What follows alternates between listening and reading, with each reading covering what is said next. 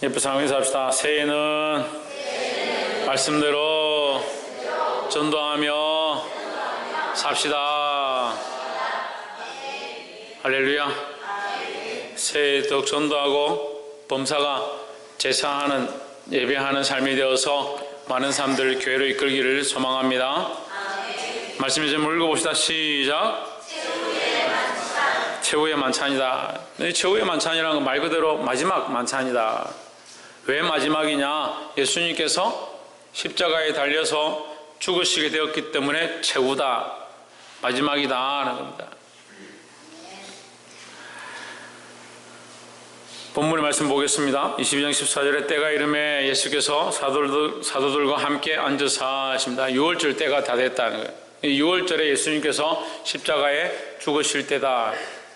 죽으실 때가 다 되어서 예수님께서 사도들과 함께 앉으사 15절에 이르시되 내가 고난을 받기 전에 너희와 함께 이 6월절 먹기를 원하였노라 하십니다. 그럼 뭐 하기 전입니까? 고난을 받기 전이다. 고난을 받기 전 6월절에서 너희와 함께 먹기를 원했다. 왜 원했느냐? 이 6월절 만찬을 통해서 이 마지막 식사와 교제를 통해서 그들에게 성령을 가르쳐 주시고 포도나무 비유를 가르쳐 주시고 참 목자이심을 가르쳐 주셨다. 그래서 예수님께서 그것을 가르쳐 주실 이 시간을 기다렸다. 좀 더 나아가서 이 마지막 이 예식을, 이 일을 통해서 성만찬을 가르쳐 줍니다. 예수님의 죽으심과 그 예수님의 죽으심에 대한 이제 떡을 떼는 것과 잔을 함께 마시는 것, 그것이 그리스도의 살을 함께 먹고 그 피를 먹음으로 우리가 그리스도 안에서 하나 되어지는 것을 이게 가르쳐 주시는 겁니다. 그래서 그것을 가르치기 위해서 내가 원하고 원했다, 기다리고 기다렸다라는 겁니다. 16절에 내가 너에게 이르노니 이 6월절이 하나님의 나라에서 이루기까지 다시 먹지 아니하리라 하십니다. 이제 이게 필요가 없는 거죠. 이 6월절이 필요가 없다. 왜 필요가 없느냐? 그리스도께서 십자가에 죽으심으로 우리를 구속하시기 때문에 이것은 더 이상 할 필요가 없다라는 거예요. 그러니까 6월절에 그 이스라엘 백성이 애굽을 나오면서 무교병을 먹고 그 피를 뿌렸던 그 예식 자체를 이제는 더 이상 필요가 없다. 그렇게 할 필요가 없다. 좀 더 구체적으로 하면 이제 이전에 하던 제사의 방식들은 필요가 없다. 다시 할 필요가 없다. 왜? 예수 그리스도의 십자가로 말미암아 우리가 구속 곧 제사함을 얻었기 때문에 이것으로 되었다라는 거죠. 이것이 될 것. 이제 앞으로 그리스도가 십자가에 죽으셔서, 지금 이 고난 바로 전이니까 고난으로 십자가에서 죽으셔서 이제 이런 만찬이 필요가 없어진다. 이 6월절의 준비가 필요가 없어진다. 하나님 나라에 가서 너희가 다시 만날 때까지 필요 없다. 왜? 그리스도의 십자가로 우리가 구속을 얻었기 때문에 제사나 짐승의 잡음으로 너희가 하나님 앞에 가는 게 아니라 그리스도로 말미암아 우리가 하나님 앞에 갈 수 있기 때문에 하나님 나라에 갈 때까지 이제 이 6월절은 필요가 없다라는 거죠. 17절에 이에 잔을 받으사 살해하시고 이르시되 이것을 갖다가 너희끼리 나누라. 18절 내가 너희에게 이르노니 이제 내가 이제부터 하나님 나라가 임할 때까지 포도나무에서 난 것을 다시 마시지 아니하리라 하시고 하십니다. 마찬가지죠. 이게 필요가 없다. 이런 예식 자체가 이제 필요 없어졌다. 그리스도의 십자가의 죽으심만이 우리에게 필요한 것입니다. 유일한 길입니다. 유일한 방법입니다. 유일한 진리입니다. 내가 곧 길이요 진리요 생명이니 나로 말미암지 않고는 아버지께로 올 자가 없다라고 했으니까 그리스도 외에는 필요가 없다라는 거죠. 그러니까 다른 길이 없습니다. 6월절을 통해서, 제사를 통해서, 율법을 통해서, 다른 도덕을 통해서, 다른 지식을 통해서 하는 것이 아닙니다. 계속 말씀드리지만 교회는 도덕과 진리를 세우는 게 아닙니다. 세상의 도덕과 세상의 윤리를 세우는 게 아닙니다. 오직 그리스도밖에 없는 거예요. 예수 그리스도로 말미암아 우리에게 주어진 진리밖에 없습니다. 근데 우리가 아멘을 하지만 사실은 우리 생각 속에 어렸을 때부터 이 안에 뭘 쌓고 있느냐? 도덕과 윤리를 쌓고 있습니다. 그것이 자라서 뭐가 되었느냐? 자기 가치관이 된 겁니다. 자기 가치관과 자기 방식대로 판단하고 자기 생각대로 결정합니다. 그러니까 저도 많은 판단을 받습니다. 성도들에게 많은 판단을 받습니다. 목사님 왜 저렇게 하나요? 왜 판단하는가 보니까 자기가 도덕과 윤리와 자기 가치관이 되어 있으니까 그 자기 가치관으로 판단하는 겁니다. 그것이 차라리 말씀이면 좋겠고 그것이 차라리 주님을 위한 마음이면 좋겠는데 그런 마음은 별로 없다는 거예요. 근데 이게 안 무너진다는 거야. 잘 안 무너져요. 차라리 어린 사람들은 괜찮습니다. 어린아이들은 차라리 그 안에 가치관과 지식을 똑바로 세우면 되는데 나이가 들고 어른이 되어지면 더 이게 안 무너집니다.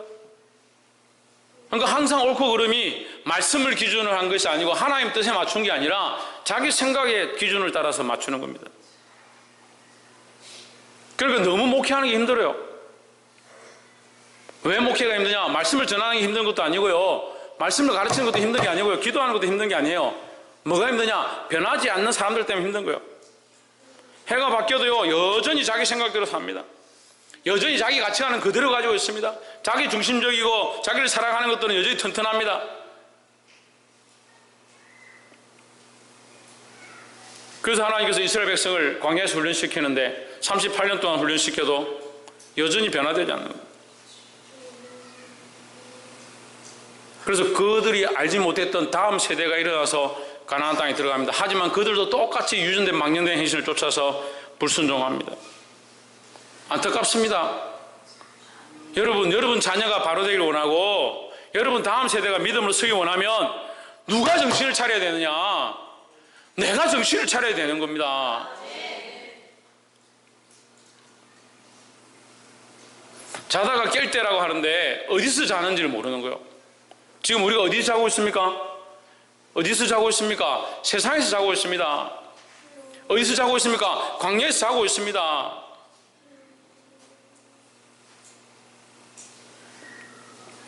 하나님께서 야곱에게 보이십니다. 자는데 하늘에 사닥다리가 내려왔습니다. 그 천사가 오르락 내리락 합니다. 하나님께서 이 야곱에게 언약을 세우십니다. 내가 너를 번성케 하리라 언약을 세우십니다. 근데 그 야곱이 그 돌을 의지하고 돌을 사랑하고 거기 꿈꿨으니까 돌을 들고 갔느냐? 그렇지 않습니다.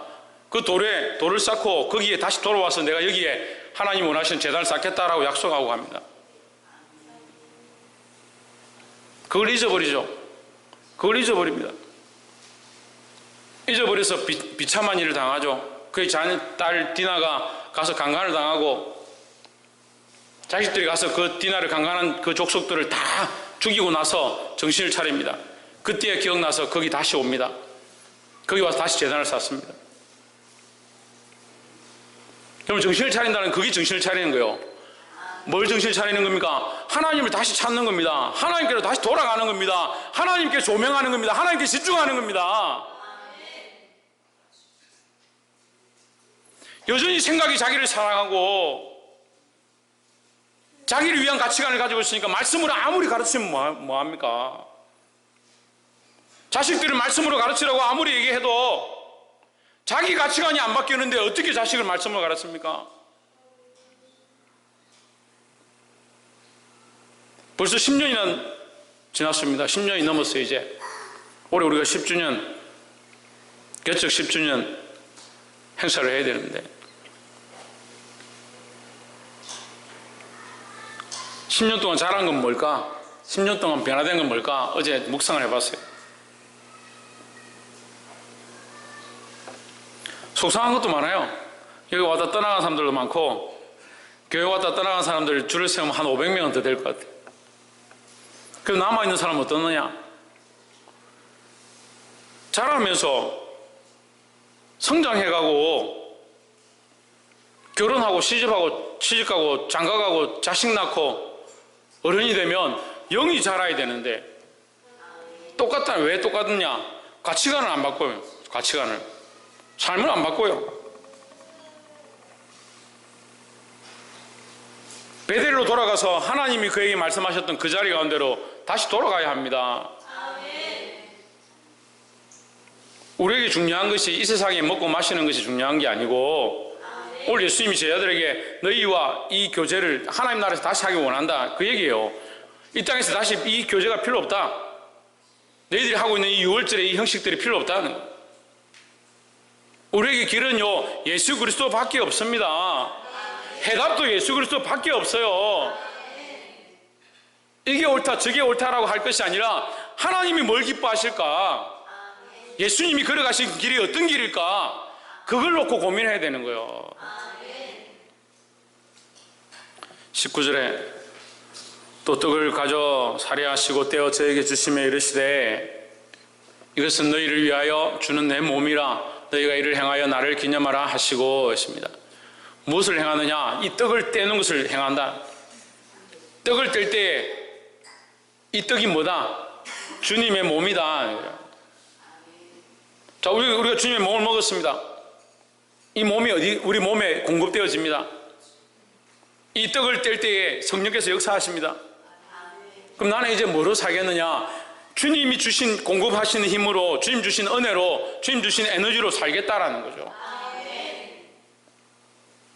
그럼 바꿔야죠. 그러면 바뀌어야죠. 내 몸을 바꾸고 내 영을 바꾸고 내 혼을 바꾸고 내 생각을 바꾸고, 영을 바꿀 수는 없겠지만 우리 영을 새롭게 한다. 새롭게 한다. 성경이 영을 새롭게 한다고 했으니까 새롭게 하는 거예요. 새롭게. 몸을 우리가 바꾼 데서 몸이 다른 몸이 되는 게 아니지만 새롭게 해야 돼. 새롭게 해야 돼. 생각을 다른 사람의 생각을 다시 가져올 수 없지만 이 생각을 새롭게 해야 된다는 거예요. 그래서 이 떡을 먹을 때 예수님이 내 안에 오셔서 나의 몸 안에 이 떡이 공급되어지는 것처럼 예수님이 내 몸의 주인 되시고 나를 다스리시는 일이 일어나기를 소망하는 마음으로 하는 것이다. 그래서 이제는 내가 사는 것이 아니고 나를 사랑하사 나를 위하여 자기 목숨을 버리신 그리스도를 믿는 그 믿음 안에서 사는 것이다. 너희가 이를 행하여 나를 기념하라. 누구를 기념하라? 예수님을 기념하라. 20절에 저녁 먹은 후에 잔도 그와 같이 하여 이르시되 이 잔은 내 피로 세우는 새 언약이니 곧 너희를 위하여 붓는 것이라 했습니다. 이 새 언약이 뭡니까? 율법으로 세워진 언약이 아니고 그리스도의 피 흘리심으로 세운 새 언약이다. 자, 율법의 이 모양은요, 우리가 재물을 가져와야 돼요. 우리가 아끼고 귀한 것들을 골라서 그 첫째 된 것을 들고 와서 제사장에게 드리고 그것을 제물로 바치는 것. 그래서 제사함을 얻는 이 형식이 있는 겁니다. 그런데 내 피로 세우는 새 언약이다. 누구의 피냐? 예수 그리스도의 피다. 그러니까 이것은 우리의 공로로 되어진 것이 아니다. 우리의 어떠함으로 된 것이 아니다라는 겁니다. 그래서 천국 가는 조건은요, 우리의 공로로 가는 게 아니에요. 철저한 하나님의 계획과 하나님의 은혜 속에서 이루어진 것이다라는 겁니다. 이게 새 언약이에요. 우리가 우리의 방법대로 하고 우리가 어떤 공로를 해보고 우리의 가진 것을 가지고 구원을 얻으려고 했지만 그건 안 된다는 거죠. 그 하나님의 방법에서 하나님께서 직접적으로 그리스도를 보내셔서 그 피로 우리를 구속하셨다. 이게 새 언약이라는 거예요.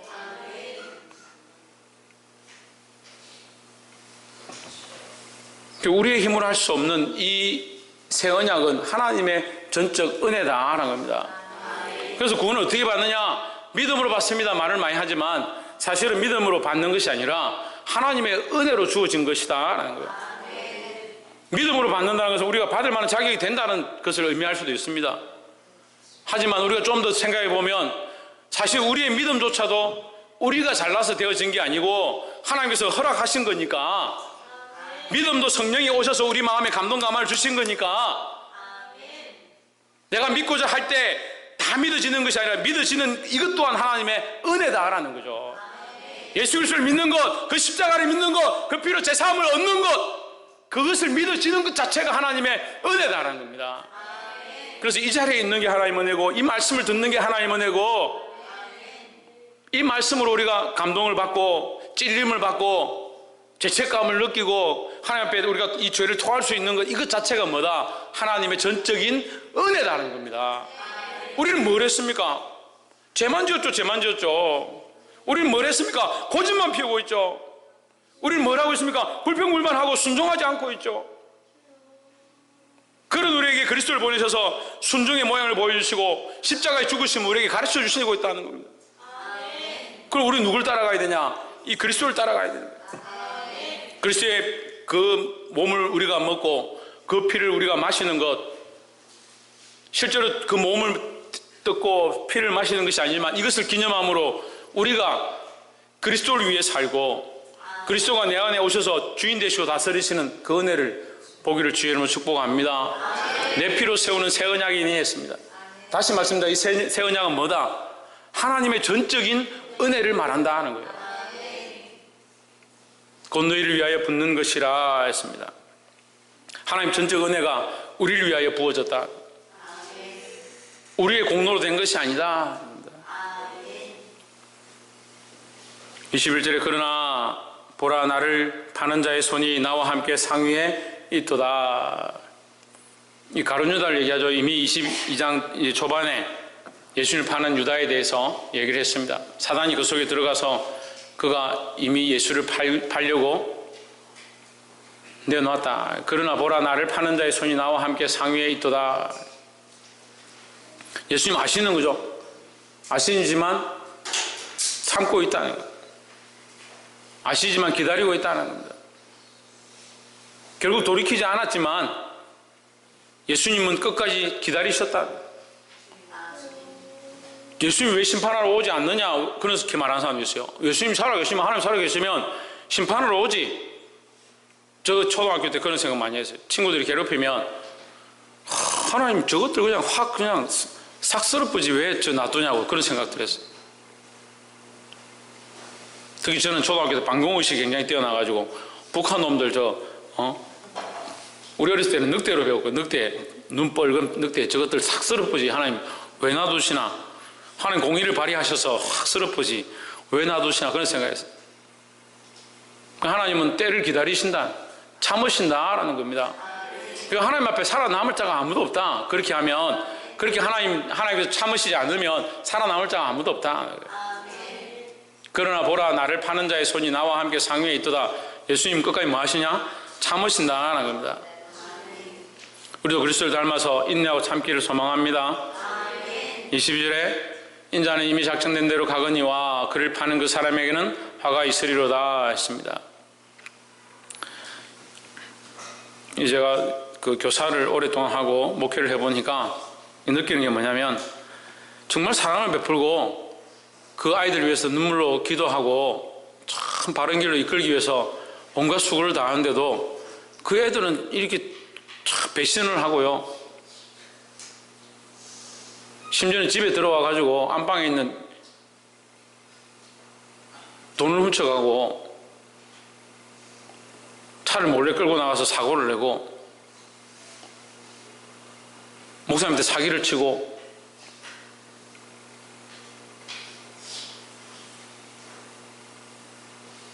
거기서 제가 뭘 배우느냐.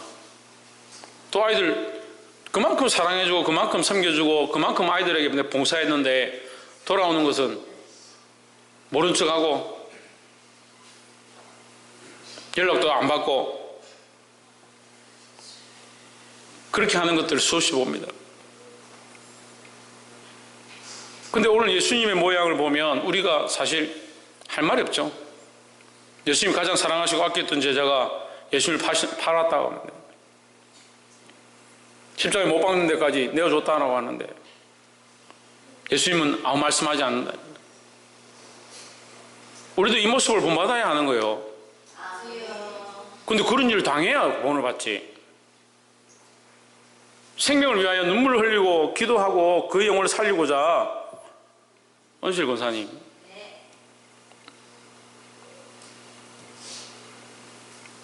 생명을 살리고자 하고 영혼을 살리는데 눈물을 흘리고 기도하고 하나님 앞에 무릎 꿇고 그 한 생명이 교회에 나오지 않는 것, 한 아이가 교회에 오지 않는 것, 그것을 위해서 안타까워하고 찾아가고 연락하고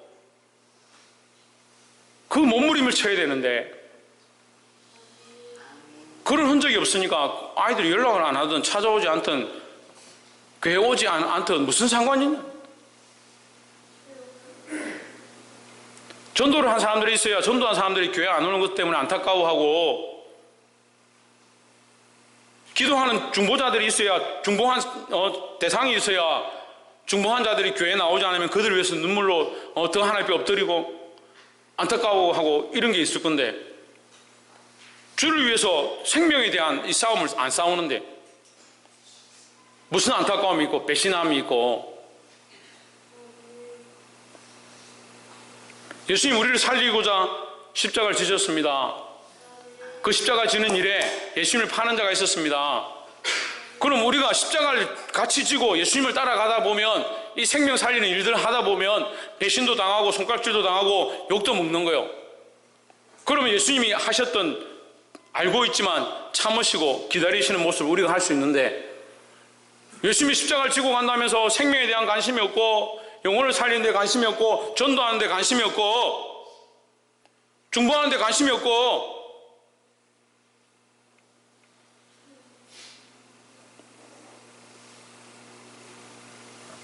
그렇다면 예수님처럼 참을 일이 뭐가 있어요?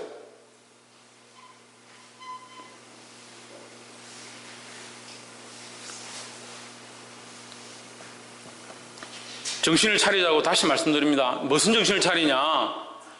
예수님이 우리를 위하여 마지막 이 만찬 가운데 우리에게 이것을 가르쳐주고 있는 겁니다. 자기 몸을 찢으시고 자기 피를 쏟으셔서 나는 너희를 사랑하고 너희에게 새 언약을 세우기 원한다라고 말씀하시고, 우리는 그 새 언약으로 구원을 얻었습니다. 뭘 할 거냐? 주님께서 가신 그 길을 우리도 또한 가야 합니다.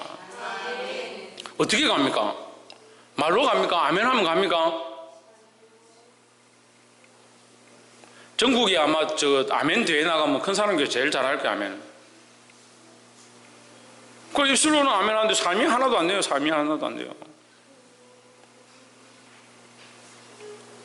이 흔적이 우리에게 있어야 되고 이 모양이 우리에게 있어야 되는데,